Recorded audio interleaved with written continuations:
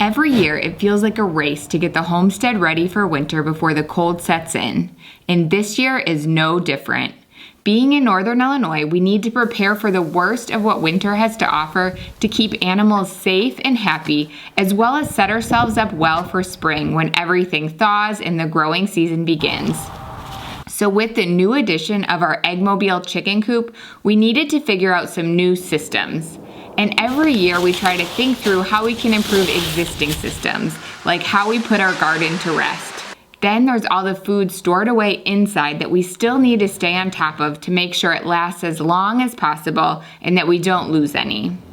With a big snow in the forecast and then deep cold setting in afterward, we're not sure if we can make it all happen in time.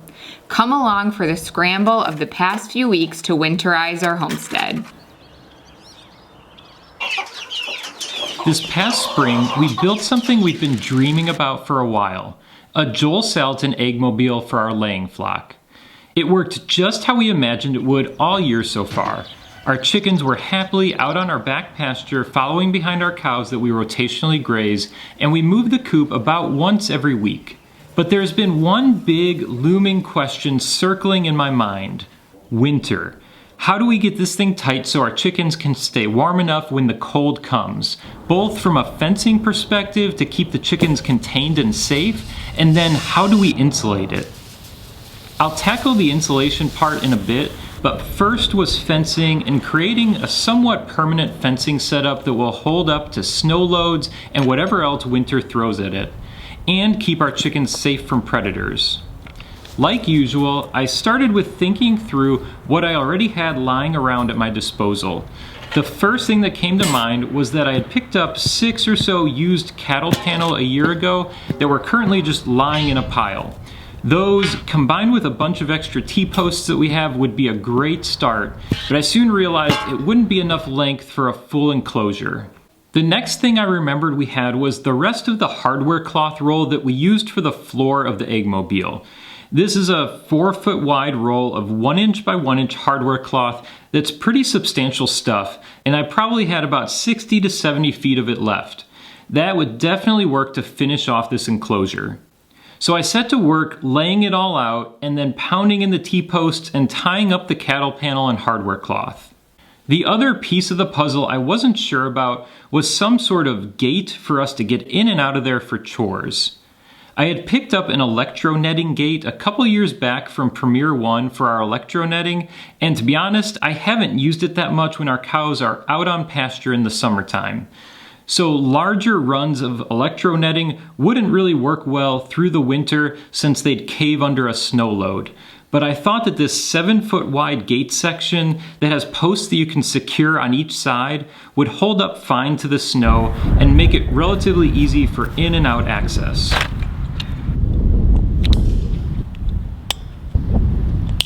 I also wanted to electrify the fencing and decided to run a strand of electric fencing along both the bottom and top of the fencing, hoping to both keep predators out and chickens in.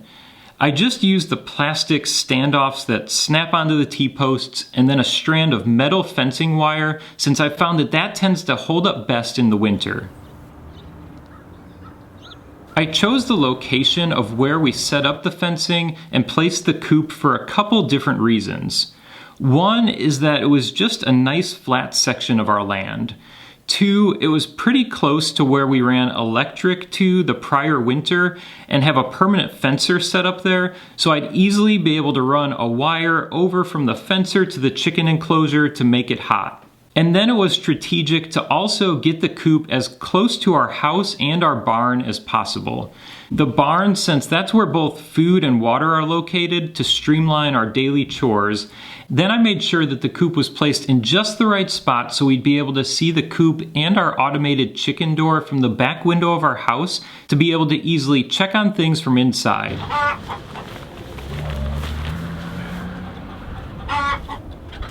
8 volts. 8 volts. Very nice. 8 volts, alright. Good to go. Overall, I was pretty happy with this temp fencing setup and how it came together. And maybe the best part is that I didn't even need to run to the store for a single thing so far. Although the one weak point of it I realized is that something small like a weasel could still slip through the cattle panel pretty easily if it got past the hot fencing wires. And I'm not sure when I'll get to it, but I think I'll pick up an extra roll of 4-foot chicken wire and fasten it to the inside of the cattle panel to make things a little more secure.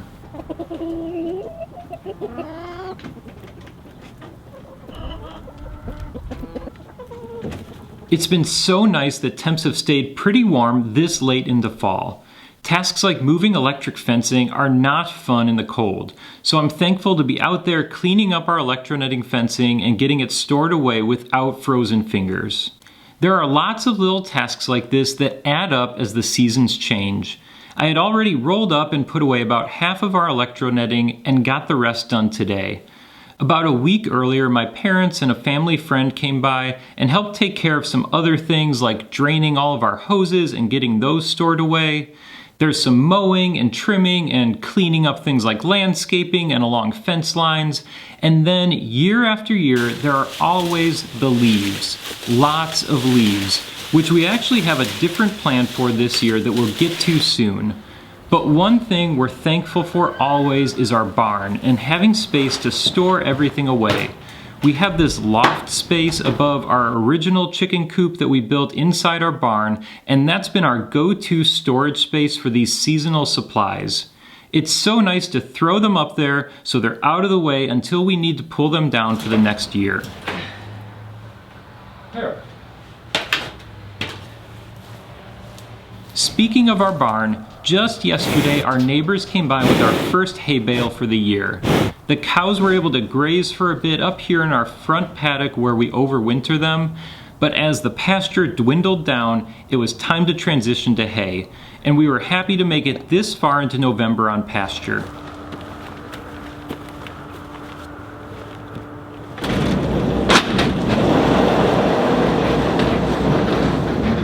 Our systems for hay are about as not fancy as you can get. We store a big round bale in our barn, peel off or unroll flakes of hay, stuff them in a garden cart, and then just wheel them out and dump out one load at a time for our cows. I usually do 1 or 2 loads in the morning and then 1 or 2 more in the evening. But I've actually found this system to be pretty efficient with very little waste.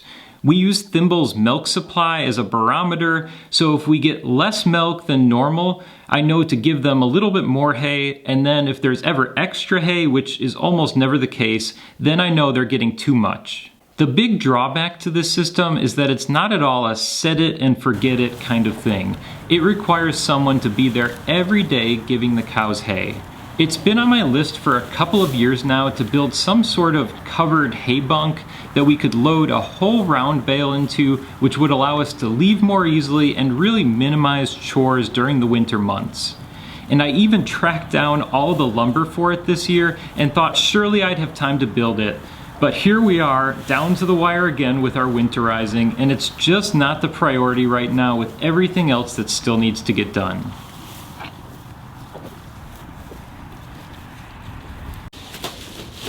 Raking leaves has become a tradition that we tackle every year as a family and all look forward to.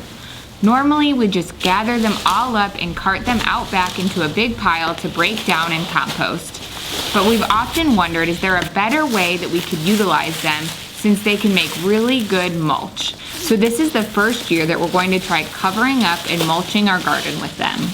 So our goal with raking them is basically just to get them out of our landscape areas and into our yard. And then Jim came by with our mower to give the grass a final mowing, but primarily to mulch up the leaves as much as possible and consolidate the leaves into piles. Then we'd spread the mulched leaves on the garden, but only after we got in there and did some winter garden prep first.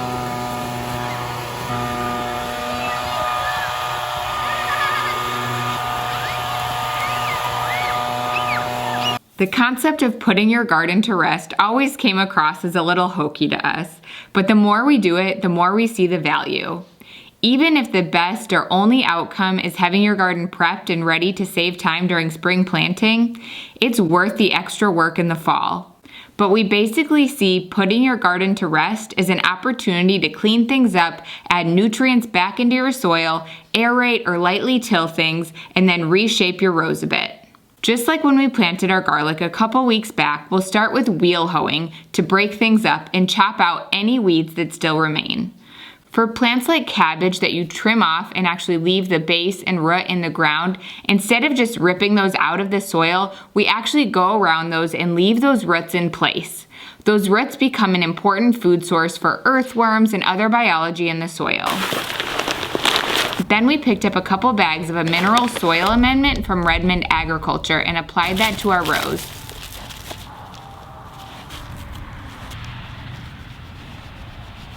Ideally, we'd also add some sort of compost, or we've done like a pelletized chicken manure fertilizer in the past, but we didn't have anything ready or available like that this year, so we're just adding the mineral for now. And based on the yields we got in our gardens this past year, the Build Soil Amendment from Redmond Ag really seemed to help.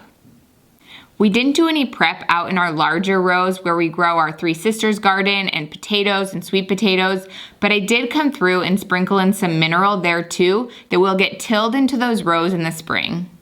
Then Jim came through and broad forked the rows, which helps to mix the mineral in, but also to loosen the soil. So we have a 36-inch treadlight broad fork and have really loved it. If we could do it over, we probably would have gotten one that's not quite as wide because as you can see, he's needing to turn sideways on these rows that aren't quite 3 feet wide, but it still works just fine. And this way the garden should be pretty close to ready to go when we uncover it in the spring.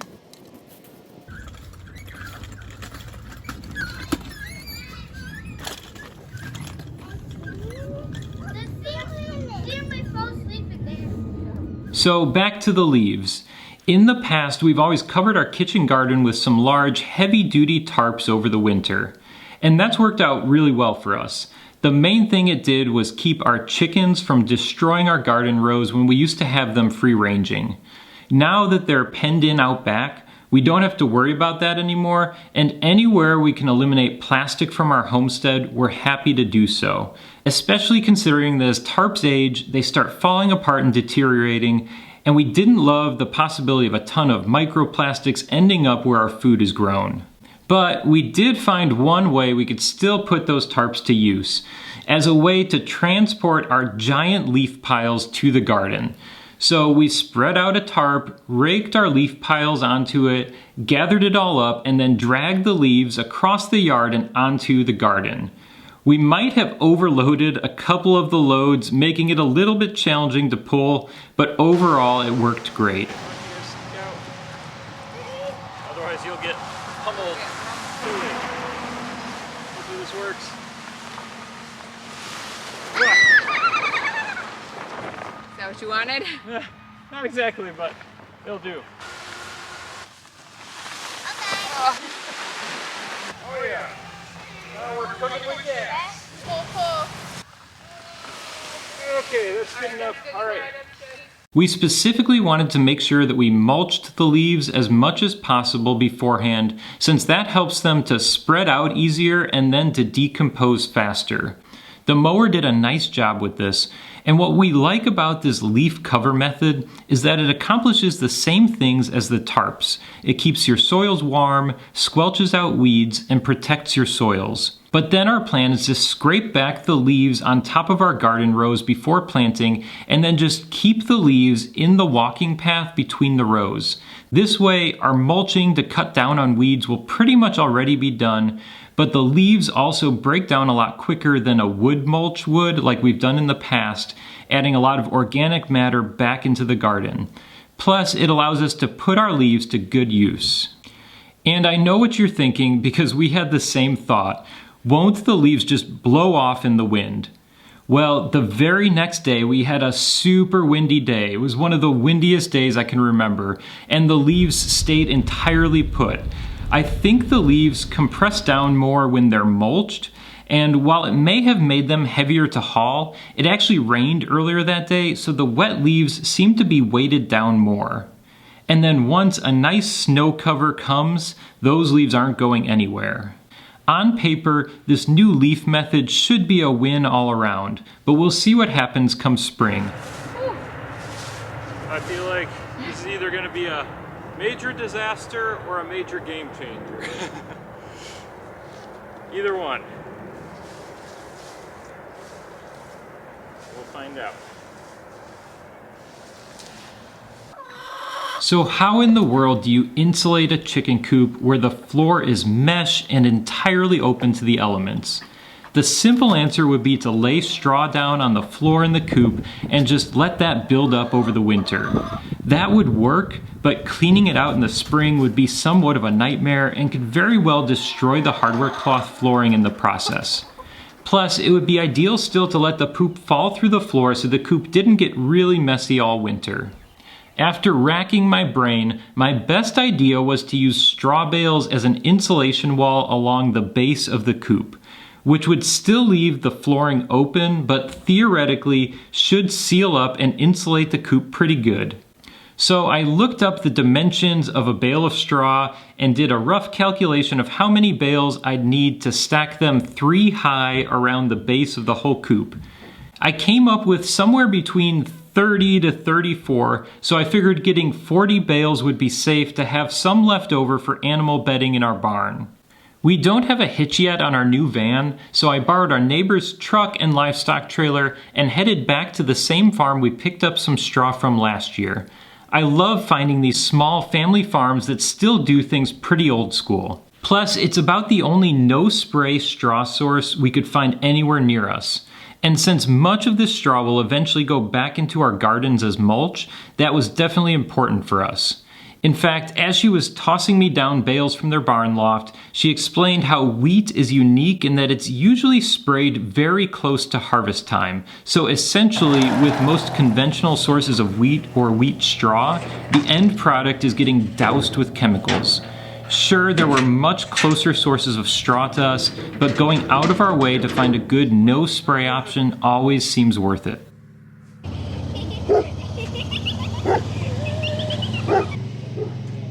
Once I was back, I just started stacking the straw bales as tight as I could in rows along the base of the coop. It didn't take me long to realize my calculations must have been way off. I got 2 layers down along the base, looked back into the trailer, and realized there were only a few bales left. So I finished off the back side of the coop and will need to figure out a plan B from here. Either I'll go back and pick up another load of straw if I have time, or I might be able to reconfigure what I have to stack them higher and make it work out. For right now, I just needed to get what I had in place and we'd figure it out from there. The snow was coming and we needed to move on to other things in the meanwhile. Not that long after, it started snowing and it pretty much snowed for 24 hours straight, and I think we got somewhere near 10 inches total. This is where keeping everyone as warm as possible, but especially dry, is important. When the snow does stop, I'll go back to dumping the cows' hay out in the field on top of the snow, and I've found that this helps to keep the barn stall clean so they're not in there constantly. But while the snow is falling, I give it to them inside the barn to keep them out of the elements and give them some relief. I actually like to dump their hay into water troughs that I put in the barn stall. They're just in storage now that the cows are off pasture, and they make a decent makeshift hay feeder to keep things a little more contained.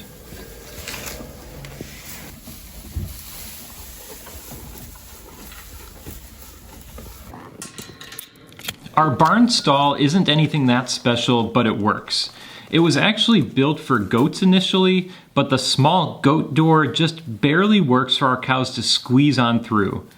We'll get some more straw in here eventually, but for now there's still some straw from last year, but the bedding that we start with is the corn stalks that we chopped down, or I should say that our son chopped down because that's his favorite task every year, and then our bean shells. Both make decent bedding. We'll give our animals access to the barn most of the winter to have a warm and dry place, but if there are nicer stretches, we may close it off and then they do just fine out in the field. The other part of this space that has been invaluable to us is our jug automatic waterer. This green heated waterer has been so reliable. Even with all this snow and cold, water stays thawed and flowing all winter. Only during the coldest of stretches, we might have to chip out a little ice from the drinking bowl. While these heated automatic waters are a pretty decent investment to make, they're totally worth it.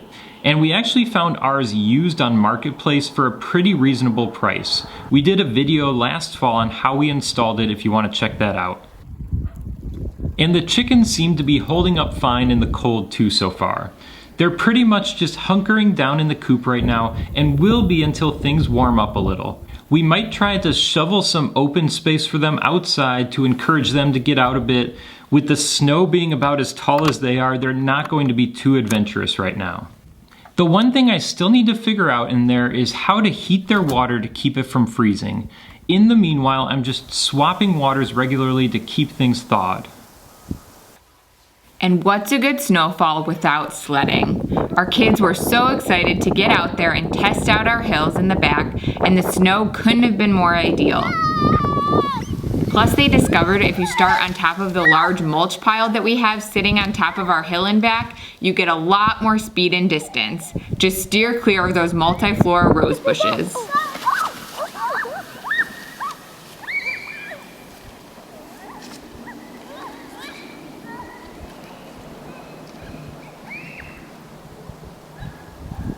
Now that the snow came, temps are supposed to drop outside pretty drastically, and since the snow has made it difficult to keep going on anything outside, our time is better spent trying to tie up some loose ends inside.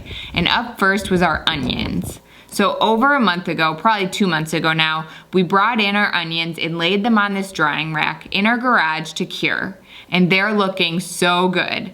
But our garage isn't heated, so we knew we'd need to move them inside before they risked freezing. We pulled them off the rack one at a time, cut off the stems, and then stored them in harvest bins. Most were firm and beautiful, and we filled up a whole storage bin with those that should store well for months. But some we found were smaller or maybe even had a soft spot already, so we put those in a separate bin, and those are the ones that we'll eat first. We've talked about how you don't want to store onions near potatoes since they can cause each other to ripen faster. So with all our potatoes in the basement, we decided to leave our bin of onions in our mudroom where it stays pretty cool in the winter months. And it was also time to free up some space again in the basement and store away all the potatoes that we had laying out to cure. It's been a solid few weeks now, so they should all be well optimized for storage. We just put the potatoes and sweet potatoes back into our harvest bins, separating out the different varieties. Then the bins get stored away on our heavy-duty storage rack. Similar to our squash, where we store the biggest, best-looking squash on the bottom shelf, we'll put our bins of our best storage potatoes on the bottom rack. So the Elbas and the red potatoes will get stored at the bottom. Then we'll put the Adirondack Blues and Corollas above those. And then the sweet potatoes will go on top since they actually do better when stored in a little bit warmer area. And again, we do it this way because in theory, the temps near the floor in the basement should stay a little cooler since heat rises. And then the other important part of our potato storage is that we drape some heavy sheets over this rack to reduce exposure to light. Potatoes should be stored in a cool, dark place because sunlight could cause them to develop a toxin called solanine, which you can tell by when a potato turns green. Okay, after a little cleanup, we've got a lot of space back in our basement again, and that wraps up all our food storage for the 2025 growing season.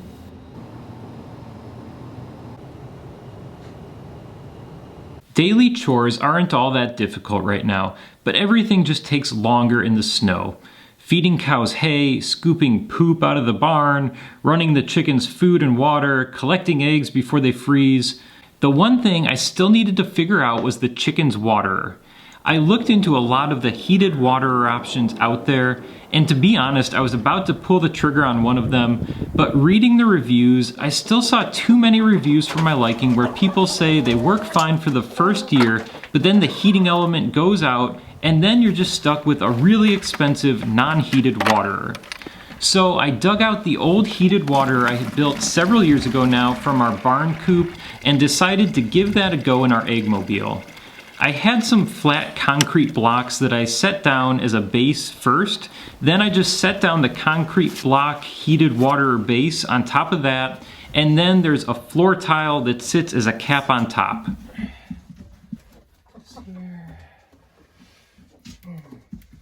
How it works is there's a heat tape that I ran inside of it, and the concrete block heats up, and then I just place our normal water on top of it, and it does a really good job of keeping water thawed for the chickens. I think this is our 5th year running it now, and I'm still on the original heat tape that's still going strong. And the best part is that all the parts for it can be found at your local hardware store, so it's really easy to replace things if anything fails. I really thought this would be the year I'd try something different, but I'm still sold on this easy and foolproof design. I'll link the tutorial of how I built it below if you want to check it out. There's something beautiful, not just about the snow itself, but how it slows and even shuts things down.